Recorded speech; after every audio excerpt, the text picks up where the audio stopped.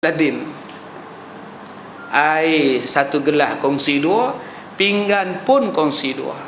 Makan hang suap ku suap. Lantaklah orang nak kata kita apa pun. Ni isteri saya, ni suami saya. Suap. Seronok tuan-tuan. Barulah keriangan ada. Ini tidak. Suami makan seorang-seorang sebelum balik ke rumah.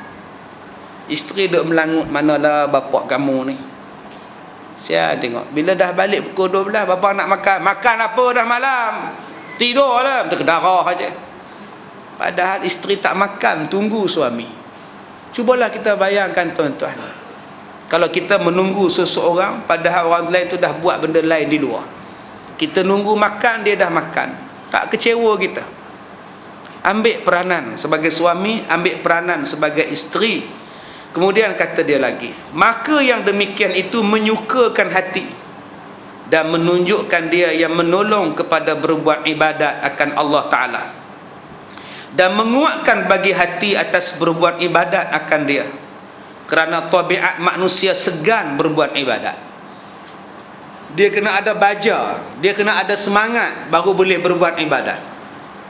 Baja dan semangat untuk berbuat ibadat ialah bila dapat pasangan hidup, bila dapat isteri, bila dapat suami. Kegemaran untuk puasa sunat makin membuak-buak. Abang 10 Muharram, 9 Muharram ni nak puasa tak? Puasalah. Okey, kalau puasa kita puasa ya sama-sama. Seronok tuan-tuan. Seronok sangat buat ibadat sama-sama. Bangkit semayang malam sama-sama, baca Quran sama-sama, zikir sama-sama. Bukankah itu menyonokkan berbuat ibadat? Kalau tuan-tuan mari mengaji seorang-seorang, tak seronok. Tak seronok. Tapi bila mengaji dua-dua orang tu lebih seronoknya. Habis kuliah nanti janji nak pergi mana. Sebelum kuliah tadi singgah makan mana-mana. Dengan anak, dengan isteri, dengan suami. Habis makan naik kuliah. Lepas kuliah ni nak makan tengah hari di mana pula? Subhanallah. Barulah seronok. Ada satu orang telefon saya, dia kata, Ustaz, terima kasih Ustaz. Kerana Ustaz ceramah dalam CD ni, anak-anak saya sangat suka dengar ceramah Ustaz. Dia mudah tak minat dah. Tanda cat, tanda blot, semua dia tak minat dah. Yang mereka minat tanda Kazim sekarang.